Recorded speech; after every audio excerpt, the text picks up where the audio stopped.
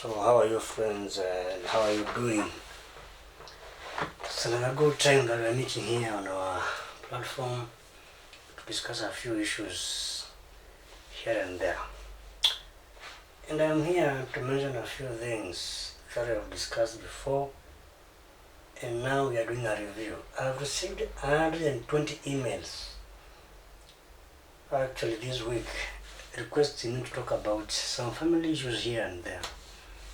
And so we are here on our channel to educate one another, and we are here to learn. We are here to be inspired and to be inspired to rise higher in our lives. Remember, our aim is to rise higher and higher from one point to another.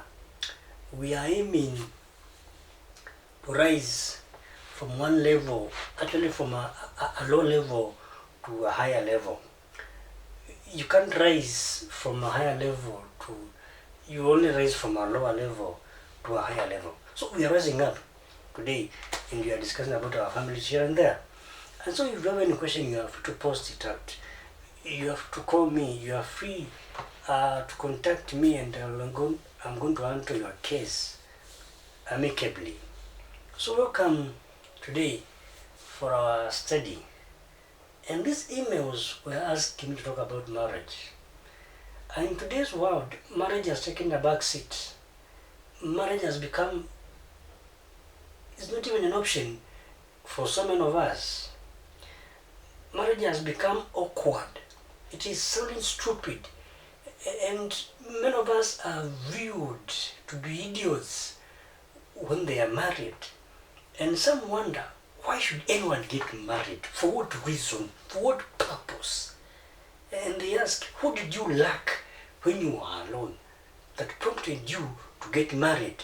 What did you miss when you were a single person that prompted you to get into marriage?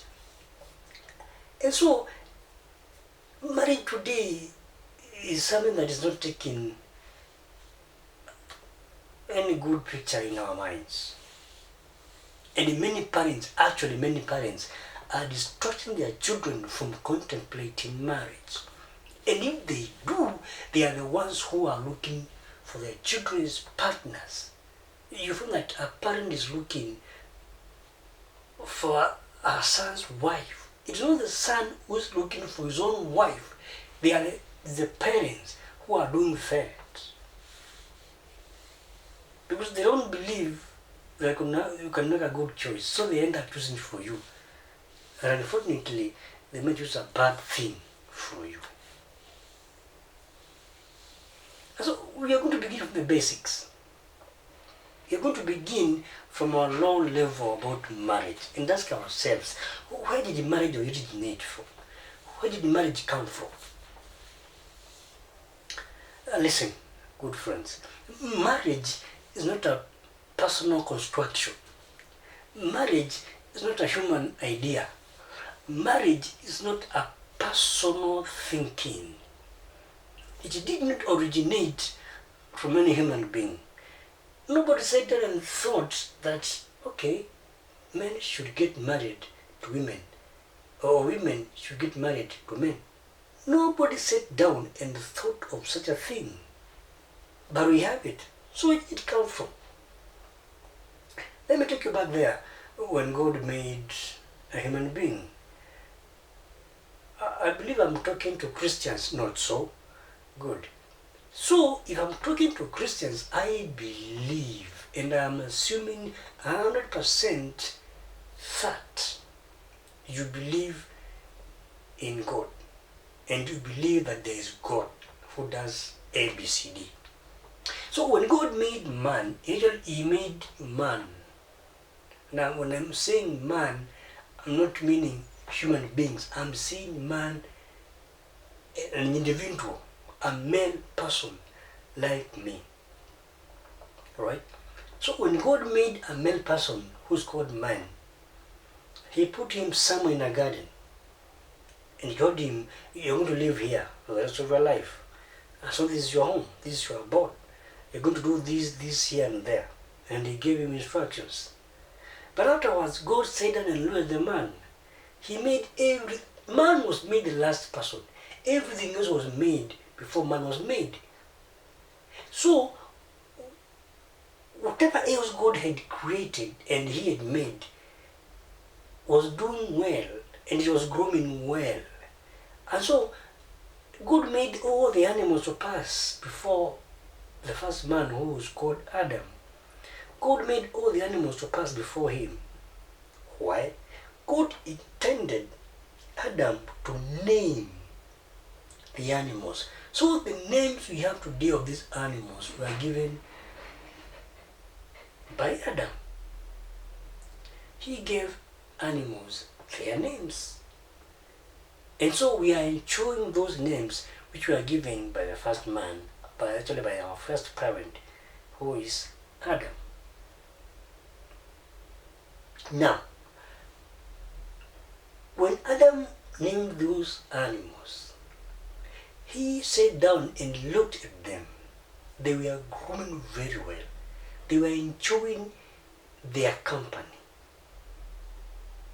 They were enjoying living together, staying together. And after they passed before him, Adam was left alone. And he sat somewhere and kept quiet, and he got bored. That's why we hear many preachers telling us that God saw that his word was not good for man to live alone. Because after the animals passed before him, he was left alone. And God saw it that it was not good the way he was living. And so God decided otherwise. Now here we go. So who came with the idea that someone should live with another person? It was not Adam, it was God himself. So God saw it that it was not fitting, or it was not good for a man to live alone, because man was made first and he was made alone. There was no other person he could talk to. There was no other person he could commune with other than God himself. So God saw it not fit that a man should live alone. So he gave him someone else to live with. And so we read in the book of Genesis chapter 2 verse 18 that a man shall leave his parents and he shall be united to another person called a woman, and they shall be one. So God gave Adam another person of another gender to live with. And he gave him a female person, and Adam called him a woman because he was taken from a man. Follow me closely. So when God gave Adam a woman, he meant that they be united. They live together. They could communicate. They could commune together. They could talk. They could do things harmoniously together. So it was God's intention for man to live with a woman. Let me ask you, it is whose intention when a man lives with another man? It is whose idea when a woman lives with another woman? It is whose logic when a woman marries another woman? It is whose analogy when a man marries another man? Whose? It was God's idea that a man should live with a woman. It is whose idea when you behave otherwise? Whose? And where did you get that from? Who taught you that? Which book did you read that sanctified that people of the same gender should get married? Where did you read that? Which teacher taught you that? Because if you read that God told Adam and Eve to fill the earth through children. So a woman and another woman will give birth, right? A man and another man will give birth, not so? And so you go ahead and get married to another man. I mean, shame on you. Yes. So it was God's intention for a person two people to live of the opposite gender or of the opposite sex. So it did not originate from the minds of people. It came from God himself. Now don't dare ask me whether God is married, because that would be too stupid of you. We are talking about human beings here. We are not talking about marriage, about God. No. I'm talking about human beings here and getting married. So we have discovered that marriage originated with God. It was God's idea. It was him who brought up the idea of getting married. So if you are getting married, let me insist this with the bold and underlined words, that you are doing a good thing. So if someone comes up and tells you that you are not doing good when you get married, I think you should get a very good stick and beat him or her up. Or you get a stone and kick him out of you. So if your mother tells you not to get married, ask her, where did you come from? Because she slept with a man for you to be born. So if she's telling you not to be married, what does she mean? She's telling you that marriage is bad. What does she mean? If God saw it good, how dare that your mother see it bad or see it otherwise? Is she God? Is she wiser than God? Is she? So is your father equal to God to tell you not to get married? Is he? Oh, I and my wife have been married for 60 years now. I'm talking from Arizona right now. I'm sitting in Arizona. And we have been married for 60 years with my wife. And we have been living good. We have been doing good. For 60 years. 60 years is a good time, you know. And so, God saw it good that a man should live with a woman. So it is God's idea. So now let's ask ourselves this question. Why did God create marriage? It was God's idea. So why did he decide to create this thing called marriage? God made marriage for some reasons. Let's explore a few of them here and there and try to discover why God did this. We have said that God saw it not good that a man or a person should live alone. So, number one, why God created marriage. He created it for procreation. Because he told Eve and Adam to give birth and fill the earth. They are to fill the earth through procreation.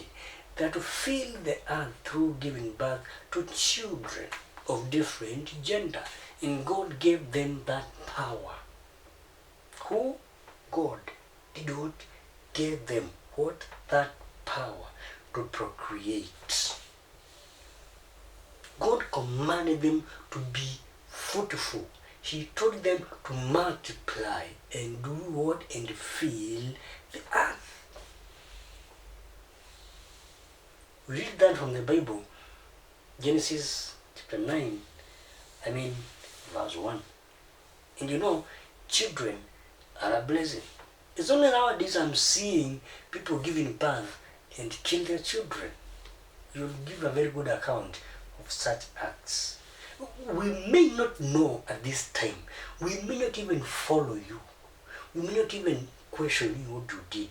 We saw you pregnant yesterday and today you're not pregnant, there's no child, and there's no explanation. We may not ask you. But we will give a very big, detailed account to whoever gave us that power to procreate. So wait, it is coming. Now, God gave a good thing, the ability to procreate and give children. So children are a blessing from God. So when you get married, it is good to have children. It is not only good, it is godly. It is a blessing to have children. It is healthy to have children. It is God's idea to have children. It is God's enjoyment for you having children. I know you're going to ask me, all of those who get married and they don't have children. Listen, my friend, don't worry about that. Don't worry about that. Because it is He who gives children, not your husband, not your wife. So if you get married and don't have children, don't complain. Because even if you complain, you won't get them any other way. There's only one way of getting children. God gave only one way of getting children. The other ways did not come from Him. They came from somewhere else. But God gave only one means of getting children. That a man should get married to a woman, and they have union and they get children. Simple as that. So even if you get married and go and sleep there comfortably with your pajamas and headgears, you won't have children. You have to get naked, sleep in that under one sheet and do something under that sheet. Do abracadabra here and there. And after 2-3 days, you start feeling something here. Oh yeah, you see, you see. Know that we're about to get a child. And praise God and say amen for that. So God gave marriage for procreation. So if you don't give birth and you are able to do it, you may be committing a sin. Because God gave that order. If you go against that order, what will you be doing? What can you say about you? Yeah. So God gave marriage for pleasure. Marriage is pleasurable. And let me tell you one funny thing. The only good thing that God gave to man is called marriage. When He made man, He gave him marriage. So it is very good. God made it for pleasure. If you read the book of Songs of Solomon, it is an allegory of the pleasure Solomon derived from his wife.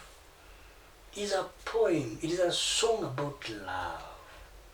Well, its illustration is about marriage, but the deeper meaning is something else. But let's take it literally, that Solomon was talking about his beautiful wife. Solomon has married the most beautiful woman in the world.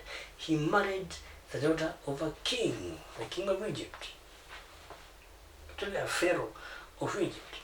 So she was a very beautiful daughter. And Solomon the king married her. And so the book of Song of Songs is about the praises of that woman and how Solomon was enjoying his marriage. So let me invite you to marriage today. So God gave marriage for pleasure. It's not about Christ's love Solomon is talking about. He's talking about the pleasure he was finding in his newly married wife. He's talking about the physical relationship, the physical pleasure in marriage. And by so doing, we can discover that God is good to His people. He gave them a good thing. He gave them, or He gave us a pleasurable thing called marriage.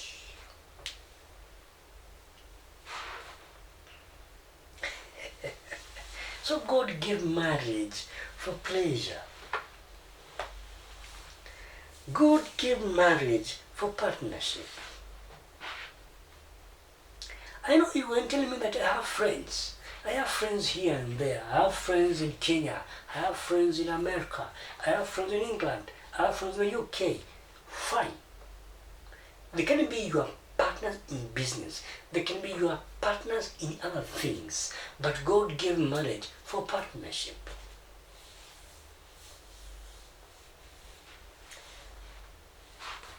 So there is partnership in marriage.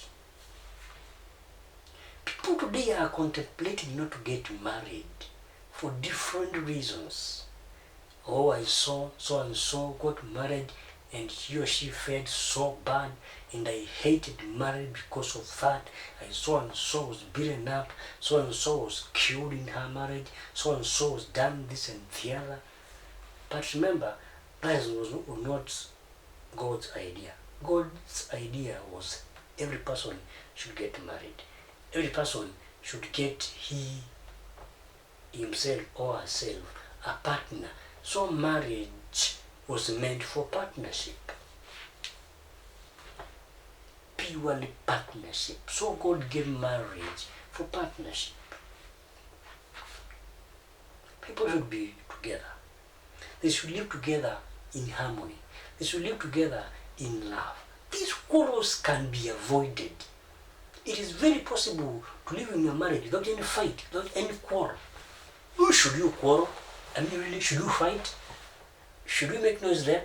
And why should you do that? Should you fight now and then? If whatever you are telling your partner cannot be done without a fight, if you fight, will it be done perfectly?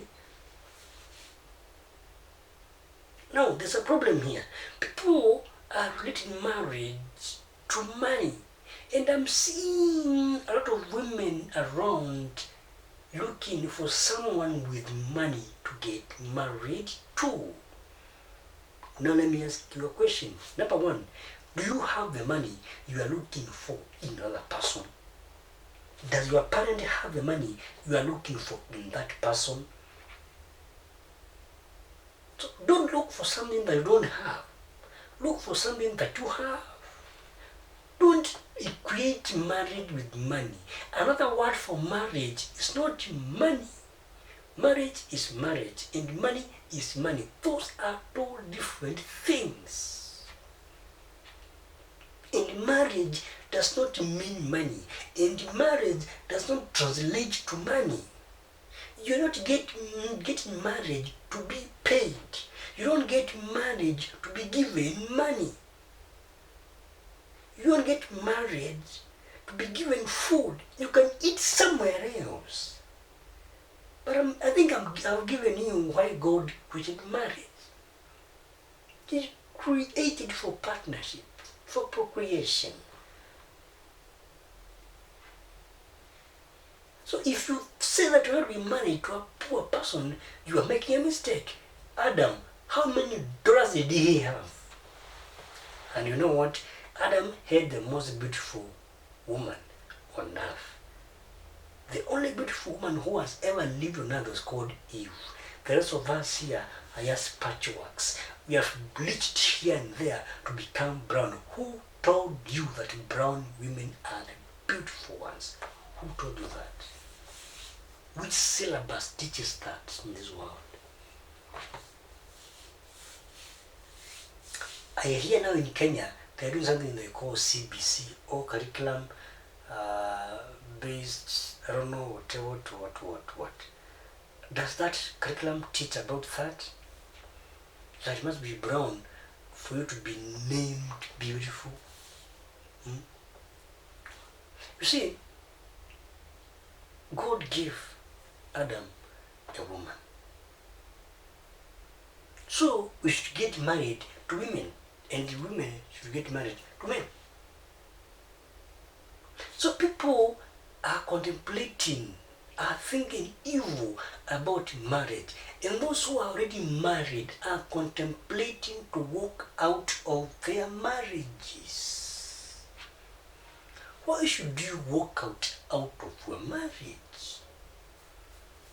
If there's a problem, I believe no problem. Every problem has a solution.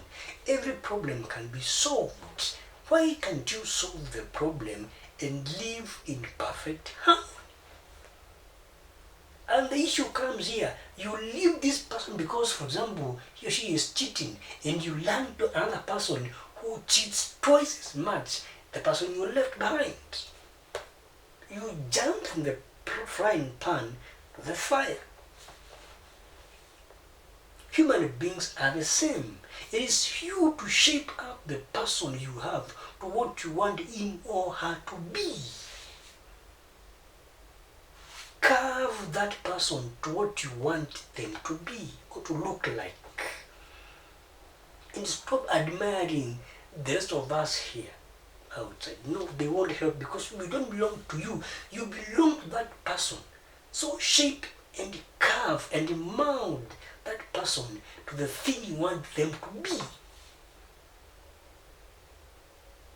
I believe we are together, right? Good. People can today walk out of their marriages faster than they can walk out of toilets and latrines. People are ready to walk out of their marriages quickly than they can walk out of their jobs. People can walk out quickly out of their marriage quicker than they can get away from a sinking and stinking environment.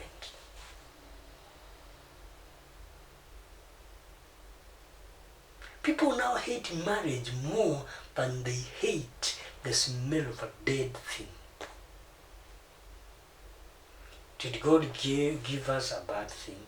Did God give us an evil thing? Certainly not. So what is the problem? The problem lies with us. The problem is with me and you and all of us. If a problem arises, it can be solved. Solve the problem.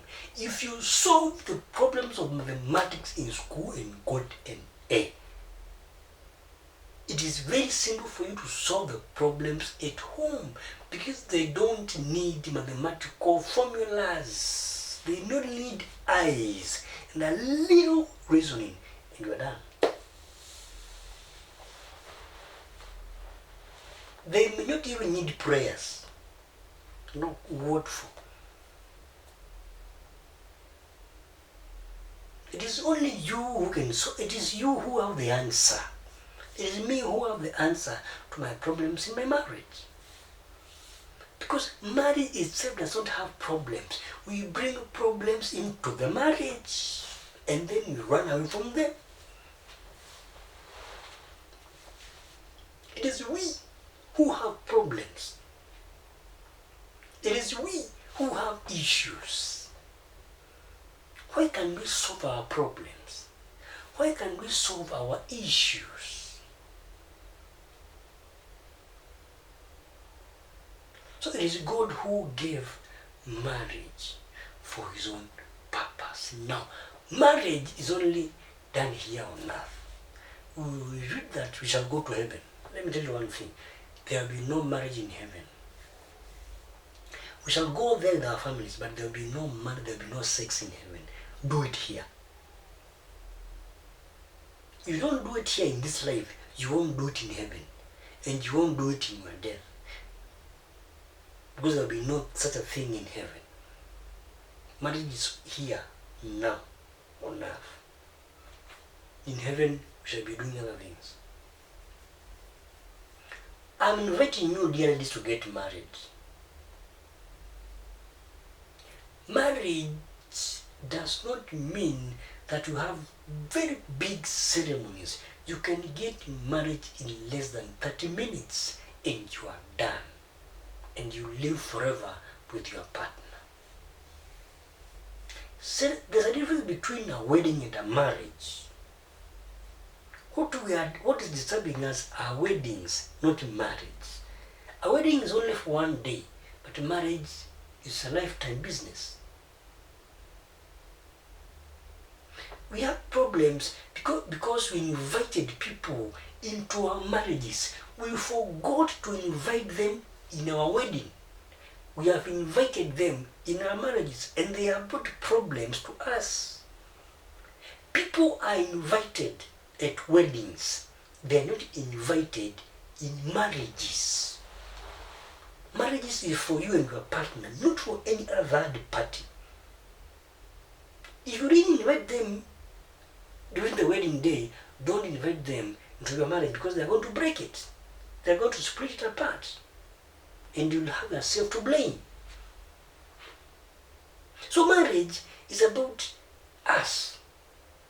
God gave it to us. We did not come up with the idea of it. God gave it to us. So teach your children the importance of marriage. When they come of age, when they become adults, they should get married to whomever they like. Don't choose a partner for your child. No, leave them to choose when they are of good age. We are doing a family life series for the next few days. And so we have begun by discussing the origin of this marriage. It is God who gave it to us. We did not think about it. We did not originate. It is God who gave this marriage to us. So friends, love your marriage. Nurture your marriage. Solve the problems in your marriage. If you are still single and you are of age, get married. Everybody has a partner in this world. No one can lack a partner. You have a partner here and there. So get married when your time ripens. Because it is good to get married. My friend, it is fulfilling God's wish. Because marriage was God's plan and it was God's wish. So when you get married, you fulfill God's wish. And it is a good thing to do. And if you have been talking about the evils in marriage, then stop it. You have been doing the wrong thing. Speak about the only positive things in marriage. Marriage is holy. Marriage is good. Marriage is God-given.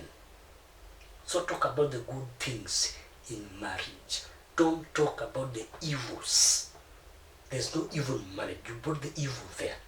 You will not find any evil in the marriage. You brought the evil yourself to the marriage union. So guys, if you get married, it pleases God. And He will bless you with children. He will bless you with material things. He will bless you with food. And He will bless you with things here and there. Because it is God's wish. I wish you the best in your marriage for those who are married. And I wish and I pray that you get married for those who have not yet gotten married and they are of age. Teach your children about the importance of getting married. And by so doing, you'll be blessed. And by so doing, you'll be rising up from one point to another. Remember, getting married is rising and coming from one point to another. So get married and start rising up from today onwards. Thank you very much.